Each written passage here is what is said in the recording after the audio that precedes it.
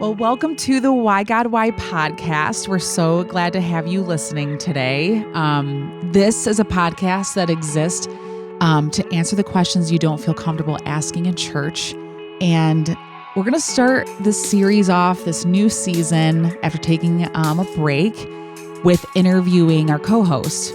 And the reason for that is because we want you guys to know that, we are real people with real stories, and to just hear what our experience has been with our faith and in life so that you can possibly resonate with some people and, feel like, oh, I know where Amanda's coming from or Aaron's coming from. So in this podcast, it's me, Amanda D'Angelo, and I'm interviewing Aaron Mercer to hear his story, for you to hear a little about him. So Aaron, thanks for being here. Yeah, thanks for having me on, Amanda. I appreciate it. Yeah, it's so great. We're excited to just hear more about you. You have a very interesting story, and so I'm excited for listeners to hear it. So why don't you just start by telling us a little bit about yourself?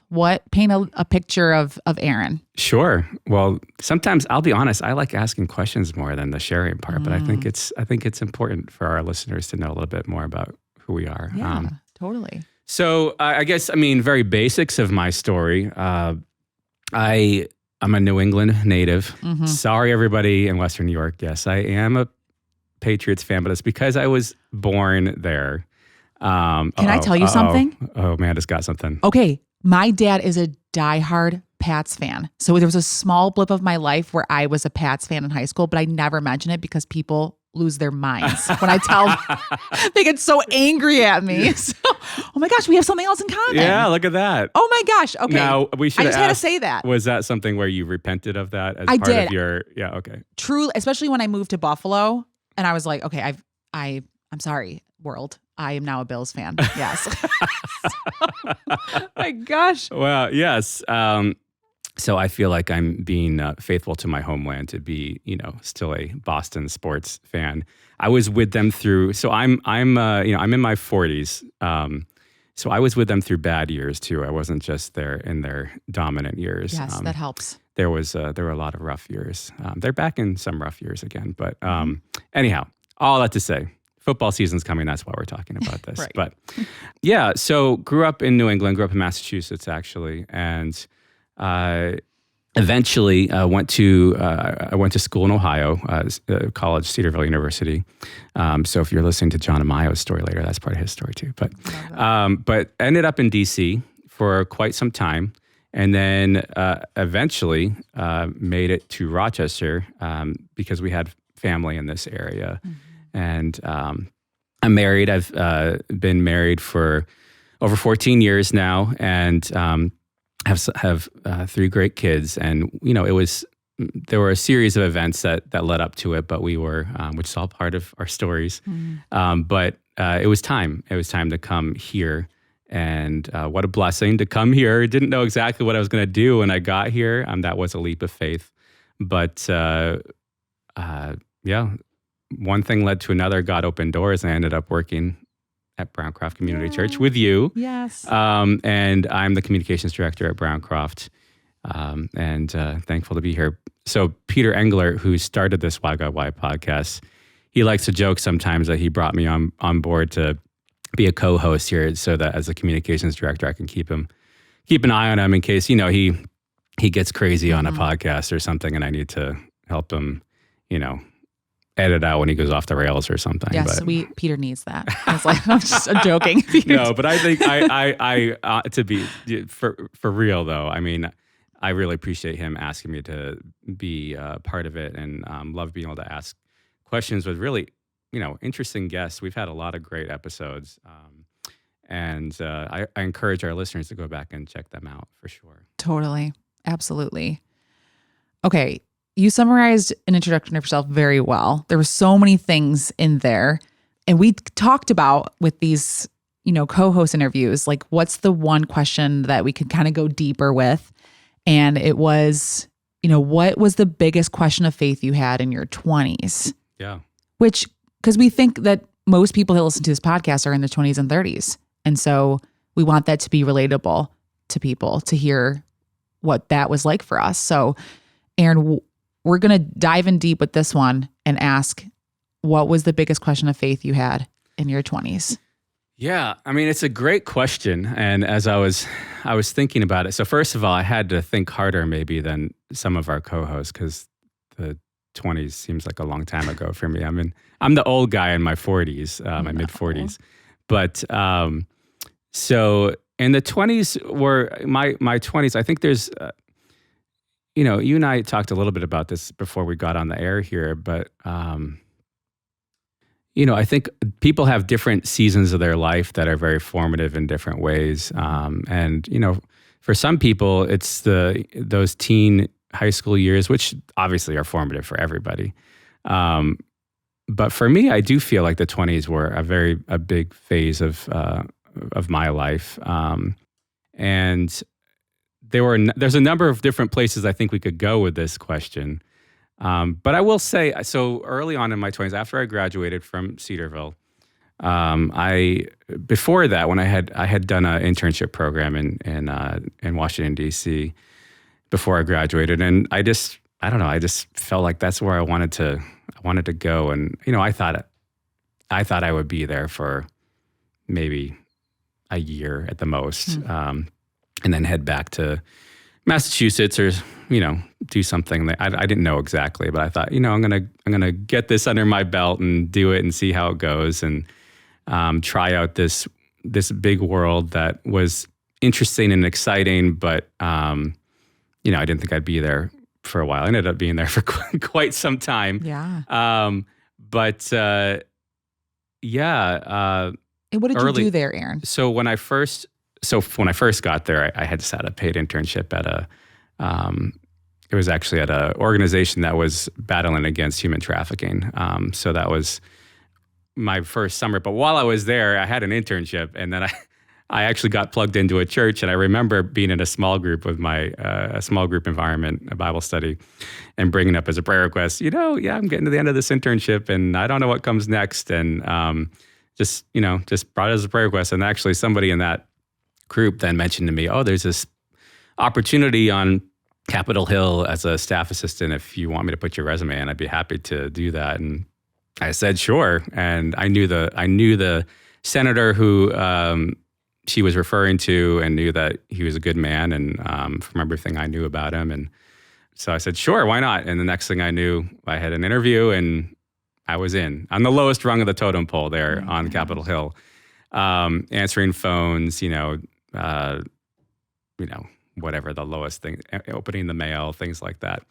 But started off there, and then ended up staying on Capitol Hill for about 8 years, and worked my way up and got to work on legislative policy and other things like that, working with coalitions. It was a great career opportunity. But in that time, it was also interesting because when I got there, so I started on Capitol Hill in August of 2001. Very end of August. And it was just a couple weeks later that a huge event happened in our country, September 11th, 2001. And that was a big moment for me. Like, I think it was a big moment for our country and for a lot of people in our country, particularly people who either were living in or had people that they loved in New York City, in Washington, D.C., or on any of those planes that were affected. But it affected a lot of people. And for me, that was a big moment early in my 20s. When I was, you get back to your question of faith. My faith has always been important to me since I was a kid. But when you're faced with an environment like that, a dangerous environment like that, then you start to ask some real questions about is what I believe really real? Is God going to take care of us? Why is this happening? How could such? I mean, it's hard to express the feeling of that day, and the feeling of the evil that was happening, and yet there was victory too. God provided, and it was very interesting to see how God touched lives in that time too.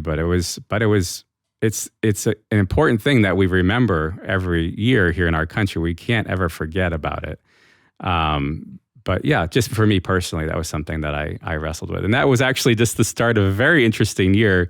9/11 was the big thing, but then there was actually a couple months later, there was an anthrax at the U.S. Capitol, and I was the one who opened the mail, so that was an interesting time for me too. Gosh, And then I can't remember exactly when it was. This was not related to international terrorism at all, but this was just, our sinful world and crime.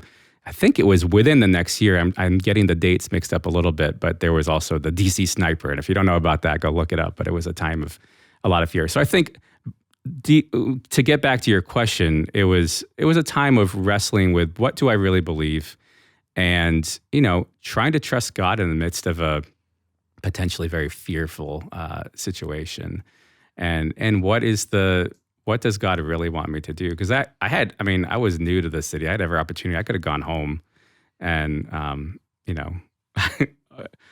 don't know if I've ever asked my parents straight up, would you want me to come home? But I think they would have been happy to have me come home. But I just felt like God had me there for a reason. And so that was a major point in my 20s. You almost had me tearing up thinking about, oh my God, because I'm just like placing myself in your shoes. Like you said, you had to face so much evil. What was that like for you? How did you process that?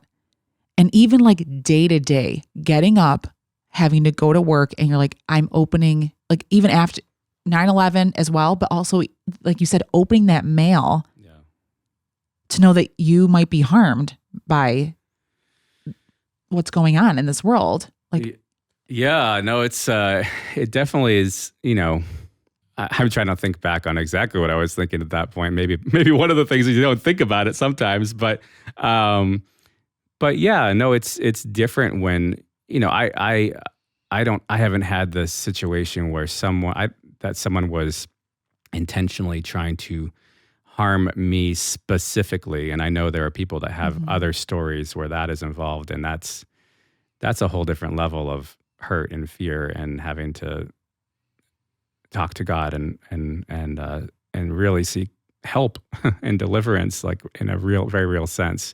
And I know that's something, you see that in the Psalms too. I mean, David dealt with that too, obviously, but it was a different situation with someone was trying to harm me in a general sense, in that I was living in a place and I was working in a place that someone was actually trying to do harm to. And there were real possibilities of something bad could happen. And I think there's a lot of people that were facing fear in that time. And, you have to face fear when you, I remember during the anthrax period, everyone in our office building, we had to get the big nasal swab to see if there was anthrax spores up in our nose. And some people know what that's like, because there was a little bit of having to deal with that during COVID also. That's everyone has that in common, I think, that are listening to this podcast. But yeah, no, this was obviously you're dealing with an intentional evil. But, I think that in that time, it was really interesting to see a lot of people, including myself, thinking about those questions of what do I believe and what is God going to take care of us? And, what's next, and what next shoe is going to drop or whatever. And God does take care of you. He takes care of, he opened up a whole lot of conversations during that time period, which I like to think were a blessing for a lot of people, and you still see it today. I mean, you still see how that time period hurt a lot of people, but also it was a defining moment in the lives of a lot of people. Yeah. And everything that came after that too. Mm-hmm. Yeah. I appreciate your honesty in this, because I think that a question that people ask often is, why would a good God allow so much evil in the world? And I don't know if you want to speak on that or feel like you kind of touched on it already. Yeah. I mean, I guess I can dig a little deeper into it. I mean, that is a major question. It is. It's a major question. I don't know that it's a question that anyone has like the perfect answer to. Mm-hmm. Agreed. Particularly in that time, I think for me is very clear that God was not the author of that evil. There was evil happening. But God was providing. We live in a world that has a lot of darkness in it, but God provides light.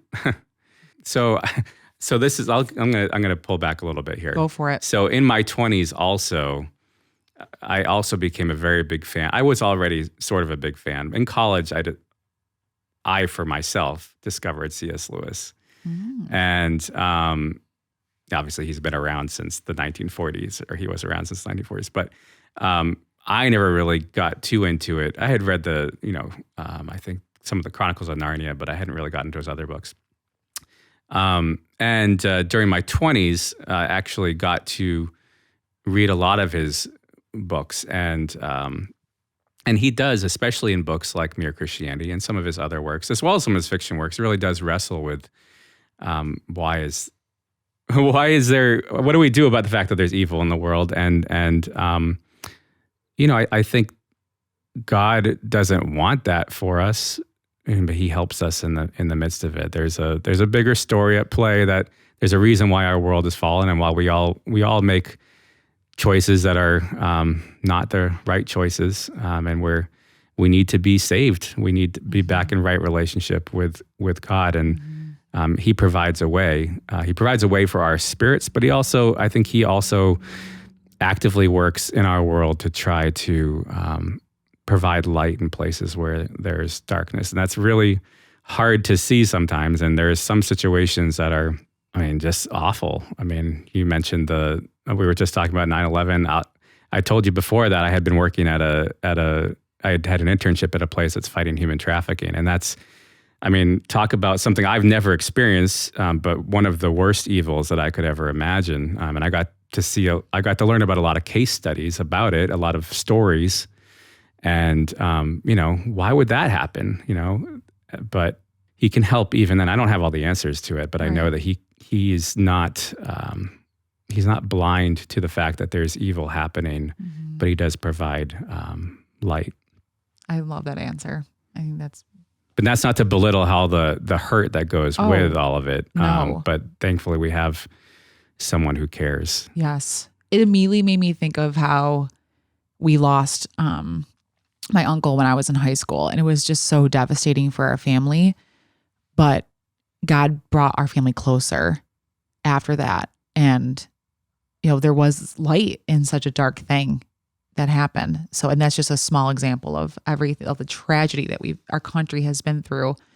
And I just think I appreciate that response, Aaron. That's really great. So let's not disregard the fact that even with you going through all of that, you were still a man in your 20s living in DC. Like, what other things were you? Do you want to talk about anything else that you were going through during that time? Sure. Yeah. I told you that my 20s, there's a lot of things that happen. Yeah. I was pursuing career on Capitol Hill and in DC, and that was exciting. And there were ups and downs to that. But it was exciting. And it was a moment when I could pour a lot of myself into my work because I hadn't found, even though I wanted to, I had not found the right person for me. Right. And then of course, there are relational ups and downs, and navigating a relationship, navigating relationships that aren't bad, but just aren't the right fit. And trying to do that in a God-honoring way, when I look back on it now in my 40s, it doesn't, and I think about how I was like, I waited 7 years before I met my wife, before we started dating. It doesn't sound like a lot of time now because I know how fast that time goes by, but at that time, in the moment of it, and probably I would imagine many of our listeners can identify with it. In the moment, it seems like a long time. It does. And it seems like God's not listening. And it seems like you're just like, come on. I mean, I'm trying to do everything the right way. And why isn't this happening? Especially once, if you have friends who start finding the right person before you and you kind of feel like you're the one who's not. And you feel like you're the only one. You're not the only one. There's other people around you who are feeling the same thing, but it feels very lonely. And so that's a different, maybe a common thread between all of what we just talked about is learning to trust God. Yeah.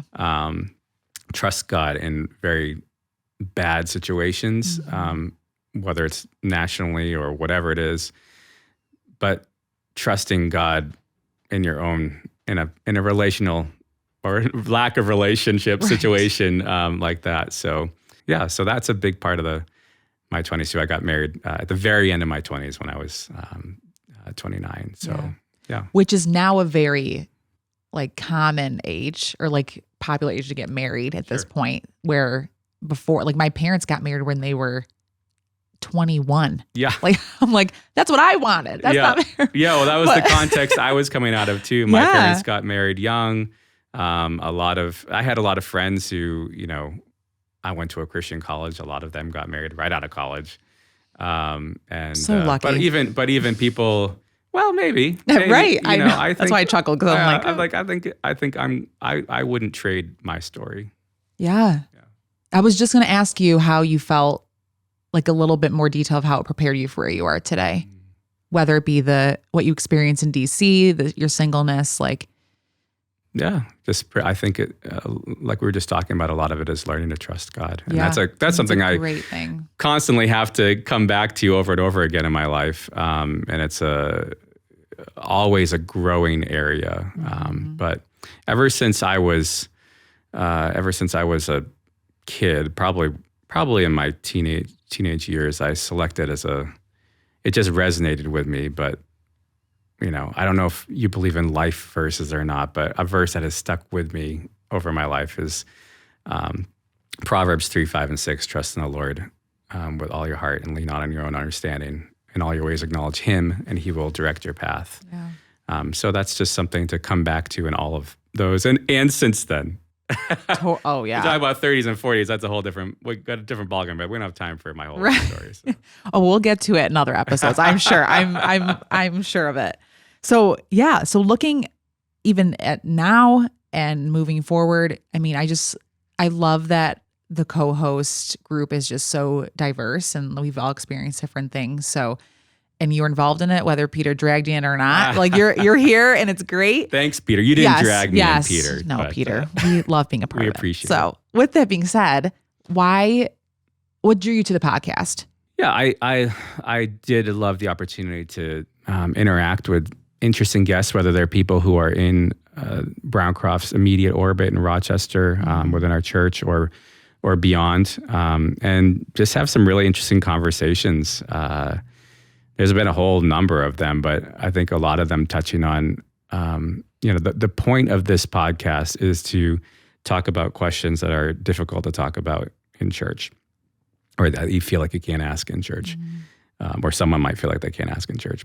Right. And I feel like there's been a lot of good conversations I've loved, and I'm really interested to see where this next season goes as we talk about stories of life change in the fall, as we get to some like, what are some big questions that people have on their minds coming up, in even spicy questions, maybe, I think is what some of our people have said. So we'll I think that's to come.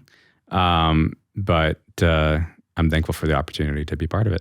Totally. I just, like I said, love the experience that you bring, because you can talk about politics in a way that I never could. Really, well, you could. So it's great. It's that's.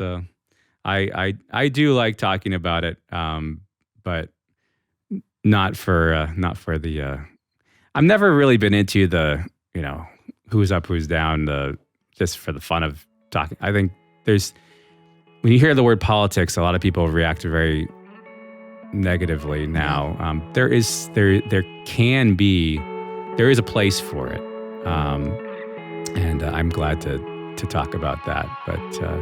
That sounds like it's probably a whole nother podcast. Oh, totally. Yes. So great. Well, thanks, Aaron, for sharing everything that you did.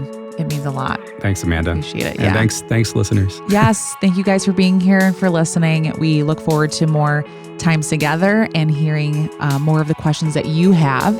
So just let us know what questions that you have that you don't feel comfortable asking in church. And we'd love to just be there to have the conversation with you. So thanks for joining us.